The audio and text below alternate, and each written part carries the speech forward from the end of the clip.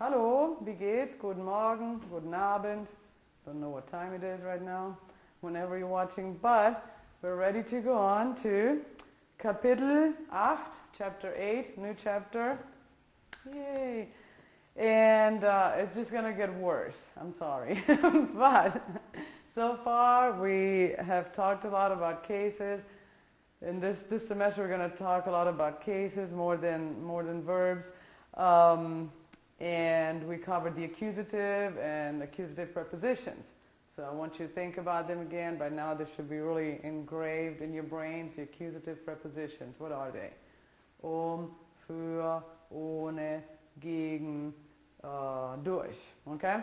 Then just in chapter 7 we added the dative prepositions. Aus, außer, bei, mit, von, zu, seit, and a few more. Just look them up. Now we have more, and you might think, well, we have some that go with the accusative, some with the dative. What are these? Well, these are called two-way prepositions. And why? Because sometimes they're followed by the accusative, sometimes by the dative. And what do we have to do? We have to figure out when are we going to use these and the accusative, and when are we going to use them with the dative. First of all, if you notice, if you look at these prepositions, you might notice that they all have to do with where something is located. So it's easy to memorize them that way. An, zum Beispiel, hier sind viele Poster hängen an der Wand. Ja? Viele Poster hängen an der Wand oder an den Wänden. Ja? On is on, but on a vertical surface. This is vertical. Horizontal, vertical, right? Okay, good. An, ja. Oder ich schreibe an die Tafel, ja? Ich schreibe etwas an die Tafel.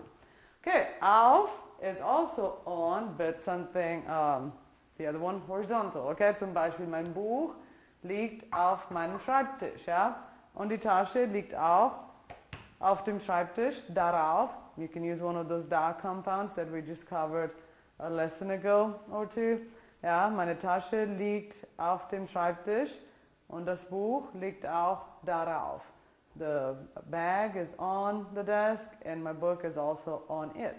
You don't have to repeat Schreibtisch, okay? Good. So on a wall, for example, on the board, auf, on a desk, hinter. Die Tafel hängt hinter mir, ja? Behind. Wo ist mein Handy? Mein Handy ist in meiner Tasche, ja? Mein Handy ist in der Tasche. Okay? So, same as in English, of course. Neben. Wo ist das Etui? Das Etui steht liegt neben meinem Buch, ja, und die Leinwand, das ist eine Leinwand, ja, die Leinwand hängt über der Tafel und über mir jetzt gerade. Die Leinwand ist sehr laut, ja, die Leinwand hängt über meinen Kopf, ja, und fällt hoffentlich nicht runter. Sie hängt über der Tafel, above, ne? Over, above und vor, ja, die Tafel hängt hinter mir die Tafel und die Kamera steht vor mir, so the camera is in front of me and the board is behind me, hinter und vor, ja. Of course we learned for also means before, no? Or 2 as in 7:45, 7:45, no? But here it means in front of. Zwischen. Das Buch hier liegt zwischen dem Etui und der Tasche. Das Buch, mein Buch, liegt zwischen dem Etui und der Tasche. In between, ja? Und was haben wir noch? Unter. Wo ist meine Zeitschrift, mein Magazin? Wo ist meine Zeitschrift? Sie liegt unter dem Schreibtisch. Unter dem Schreibtisch, ja? Die Zeitschrift war unter dem Schreibtisch und jetzt liegt sie auf dem Projektor. Ja? Auf dem Projektor. Good. So they all deal with location, where something is. No? So now the second part will be to figure out when do we use the accusative and when do we use the dative, because they are two-way prepositions. They can go either with the accusative or with the dative. I'll give you a couple of examples. Let's see if you can figure it out. Okay, so let's go back to the wall. Ja? Die Poster hängen an der Wand. Is that accusative or dative? Think about it. Die Poster hängen an der Wand. Die Wand, the wall, is feminine. But I said die Poster hängen an der Wand. So that is a dative. Remember the man, for die turning into der. So we use the dative here. Die Poster hängen an der Wand. Ja? Und die Tafel hängt hinter mir. I didn't say hinter mich. That's the accusative, mich. I said hinter mir. Die Tafel hängt hinter mir, hinter der Lehrerin. Dative again, ja? Und das Buch liegt zwischen dem Etui und der Tasche. Zwischen dem Etui und der Tasche. Das Etui turn to dem, die Tasche turn to der, dative again. All of these all go with the dative. And why? Because we're talking about things that are already there in their place, wherever they are hanging or just lying there. So if something is already in its place, not being put there, we use the dative. No? Many times if you describe your room, for example, you describe your house, which is going to be one of the writing assignments, you're going to use these prepositions mostly with the dative, because you're describing where something already is, no? But let's take a look at when you would use the accusative, no? Und ja, kannst du die Kamera folgt, ja, gut. Wo hänge ich? Okay, ich brauche meinen Kalender.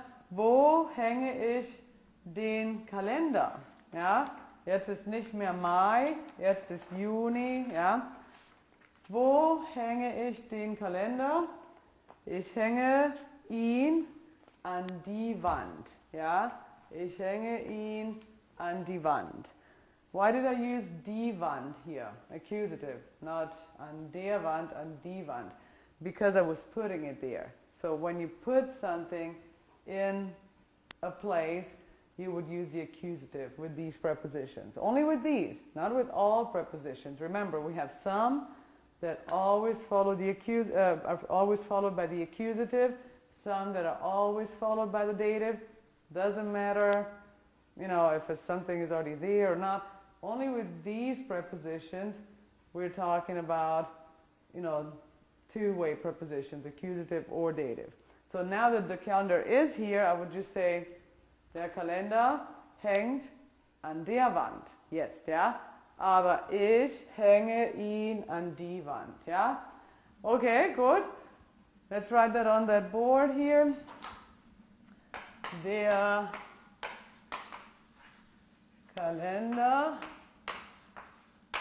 hängt an der Wand, dative, ja? Aber ich hänge ihn, den Kalender, an die Wand. Accusative here, yeah?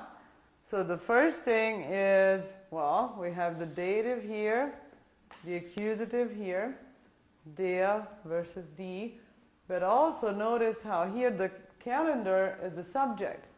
Nobody's putting it somewhere, it is there, it's the subject. It hangs on the wall.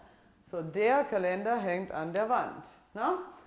But here the subject is someone, in this case I, putting the thing on the wall. So the calendar actually turns into the direct object, what's being put by somebody on the wall. So now we even have a direct object and accusative. Ich hänge was? Den Kalender, that's my object that I'm hanging there, an die Wand. Two accusatives, but for completely different reasons. I really want you to notice that. This is accusative because it's my direct object. This is accusative because it follows a two-way preposition, and I'm putting it there so it's followed by the accusative again, okay? Does that make sense? Do we need a little time to compute this? I'm sure it's going to take a while for it to sink in, but I hope at least the logistic is clear. Okay, good. Und let's just stop here for now.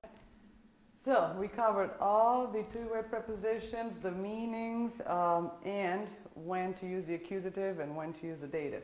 I want you to think about this one in particular, the preposition in, because we used it in chapter 1 already. But we were always using it to say where we were going. In has two meanings. It can mean to or in. So we used it in chapter 1 to say where we were going to, meaning to a place. Wir gehen in die Kneipe, ins Konzert. Ich gehe heute Abend in die Vorlesung. Morgen gehe ich in die Bibliothek. Am Wochenende gehe ich ins Kino. And if you think about it, ich gehe ins Kino. Ich gehe am Wochenende ins Kino. Oder wir gehen heute in die, wohin gehen wir? In die Mensa. Wir gehen ins Restaurant, ja? If you think about it, we used in das, ins, and in die, we used the accusative because we were going somewhere and it meant to a place, going to a place. So you use the accusative because you're going there. Now you know why we never used it in the meaning of being in a place, because it would have had to use the dative. So now if you're saying you are in the movie theater, not you're going there, it would be wir sind im Kino. Yeah? For example, you're talking on the phone, wo bist du? Oh, ich bin im Kino, ich rufe dich später an. Yeah? Or here, if you are in the cafeteria or in the restaurant, you would say wir sind, nicht gehen, wir sind in. Now think about it, in das turns into im, in dem, and then in die turns into in der Mensa.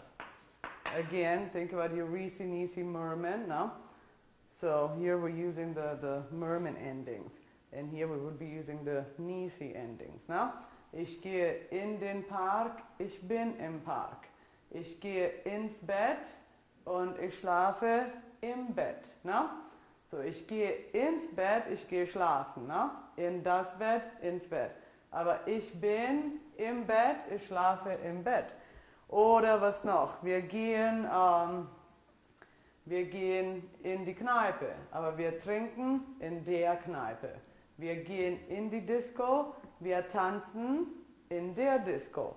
Wir gehen ins Restaurant und wir essen im Restaurant. So all of these that we used in chapter 1 already, we were going to a place, and now if you use them to say you are there, you still use in as the preposition, but a different case. All right, so gehen wir zur Seite 276.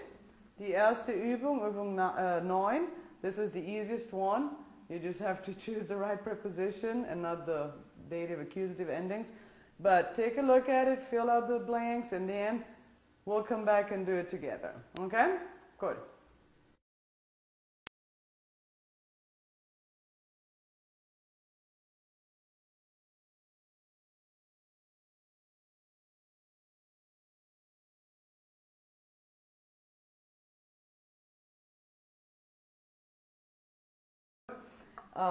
So, I hope you picked the right prepositions. Let's read the sentences together to check. In der neuen Wohnung, so we're in a new apartment, die neue Wohnung, no? And we're in it, we're not going there, so wir sind in der neuen Wohnung. But if we're going there, would be, wir gehen in die neue Wohnung, no? Just like we said before. So, für Nummer 1, was haben wir da? Der Picasso hängt, well, der hängt hinter der Couch, ja? Er hängt hinter der Couch oder über der Couch. Behind it or above it, ja? Der hängt hinter der Couch oder über der Couch. Dann Nummer 2, Uli hängt das Landschaftsbild über den Schreibtisch. Na? Er hängt das Landschaftsbild über den Schreibtisch. Der Kalender hängt jetzt, wo hängt er? Zwischen dem Landschaftsbild und dem Picasso. In between. Ne? Der Kalender hängt dazwischen. Zwischen dem Bild und dem Picasso. Und der Ball liegt unter dem Schreibtisch. Der Ball liegt unter dem Schreibtisch. Das Baby will den Ball und krabbelt unter den Schreibtisch. Alright, if you look at number 4 and number 5, you'll notice that one says unter dem Schreibtisch, the other one unter den Schreibtisch, but it's because in number 4 the ball is there, so we're using the dative. Der Ball liegt unter dem Schreibtisch. In number 5, the baby is going towards the ball under the table, so das Baby krabbelt unter den Schreibtisch. Going there, accusative. Gut, und dann Nummer 6, Helga stellt den Papierkorb. Wohin stellt sie den Papierkorb? Helga stellt, okay, neben den Schreibtisch. Daneben, ja? If your cell phone rings, you have to do the chicken dance, as you know. That's my rule usually in class. It's okay. Good, good. Alright, so Helga stellt den Papierkorb neben den Schreibtisch und Kurt legt den Teppich vor die Couch. In front of the couch. Vor die Couch legt er den Teppich. Das Radio und die Zimmerpflanze stehen auf dem Bücherregal. Auf, as in on a horizontal surface. Ne? Also das Radio und die Zimmerpflanze stehen auf dem Bücherregal. Thomas stellt die Vase zwischen das Radio und die Zimmerpflanze. Auch auf das Regal, aber zwischen das Radio und die Pflanze. Okay, und die offene Tür geht in die Küche. So, you can also use in to say a door or a hallway is leading to a place. Ja, diese Tür geht in den Flur. Die Tür hier geht in den Flur und der Flur geht ins Labor. So this door goes into the hallway goes into the lab. No? Die Tür geht in den Flur, der Flur geht ins Labor. Ja? Und hier, die Tür geht in die Küche. Ja? Und Antje hängt das Poster an die Küchentür. Sie hängt das Poster an die Tür, so an, because it's a vertical surface. Ne? Antje hängt das Poster an die Küchentür. Nummer 11. Nummer 12, der Herd. And Herd, if you remember your vocabulary, think about it for a second. Was ist ein Herd? Ein Herd, man kocht darauf, man kocht damit. It's the stove, ne? Der Herd steht in der Küche. So it's there, it's not moving, dative, in der Küche. Und 13, der Karton mit den Büchern steht vor dem Bücherregal. In front of it, ne? Der Karton mit den Büchern steht vor dem Bücherregal. Die Stehlampe steht hinter dem Sessel, neben dem Sessel. Depends how you see this picture, behind it, next to it, whatever. Die Stehlampe steht hinter oder neben dem Sessel. Und die Katze springt auf die Couch. It's going there, it's not there yet, the cat. Na, die Katze springt auf die Couch. Und die Maus läuft hinter die Couch. But if you're sitting on the couch, think about it for a moment. What would you say? Sitze auf der Couch. Dativ, ja? Die Katze springt auf die Couch, aber ich sitze auf der Couch. Okay? Good. Another thing I want you to look at is all the ones that have a dative where something is already in a place. And I think we already mentioned it at the beginning of this lesson. All of those don't have a direct object. It's only this object hangs here, or this object is on the table. The other ones have a person putting, hanging, doing something to that object, putting it on a place. So it's got a direct object and the preposition, the two-way preposition. So, for example, number 1, der Picasso hängt hinter oder über der Couch. You have der Picasso, your thing, that is the subject here though, and then the verb hängt, and then just the two-way preposition, hinter der Couch. So that's also a way to tell whether you can use the dative or the accusative. First of all, it's there, nobody's putting it there, dative, okay, der Picasso hängt hinter der Couch. Also, you don't have a person here putting something somewhere, it's just the thing itself is the subject. If you look at number 2, where somebody's putting a picture somewhere, you have first the person as the subject, Uli, then the verb hängt, and then the thing is your direct object, das Landschaftsbild, wohin? Über den Schreibtisch, yeah? And then you have the two-way preposition and so on. So that's another way to tell them apart. But take another little break and we'll come back for the next exercise. The last one we'll do online and then I'll see you in class.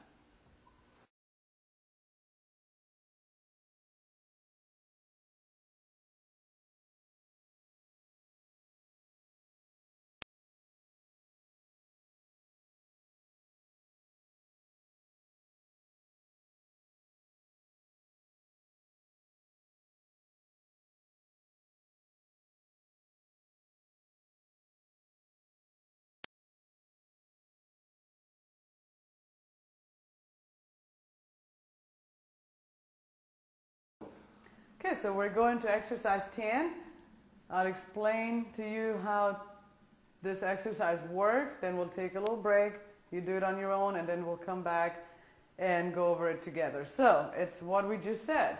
You have to think about if we're talking about an object that's somewhere or someone putting an object somewhere. If you look at the first question here, and it's the example, in exercise 10, das Beispiel, ja? Wo steht die Zimmerpflanze? Wo. Wo always means where only when you're talking about something that's not moving. Remember? Again, we're going back to chapter 1 here. Wo, wohin, woher, na? Wo bist du? Aber wohin gehst du? Woher kommst du, na? So wo means nothing is moving, something is in a place, na? Wo steht die Pflanze, die Zimmerpflanze? If you look at that picture, sie steht, die Zimmerpflanze, ne? Sie steht auf dem Regal, auf dem Bücherregal, okay? So we use the dative, because the thing is already there, nobody's putting it there, sie steht auf dem Regal. And again, here you can tell that die Zimmerpflanze is the subject. Here, if I wrote the whole sentence down, it would be sie, oder die Zimmerpflanze steht auf dem Regal. Nobody putting it there, no? But the next one, wohin springt die Katze? Wohin, first of all, remember where to, wo, wohin, woher, wohin gehst du, no? Wohin means something's moving, no? Wohin springt die Katze? Now we have not a person, but an animal, and so that's the subject, okay? Not the thing, the couch, not the sofa where the cat is going to. The cat is the subject. So, wohin springt die Katze? Auf die Couch. Die Katze springt auf die Couch. Ja? Die Katze springt auf die Couch. So, it's moving towards the sofa and it's accusative, not dative. So, here we have the dative, here we have the accusative. All right? Try the rest of the exercise and then we'll read it together.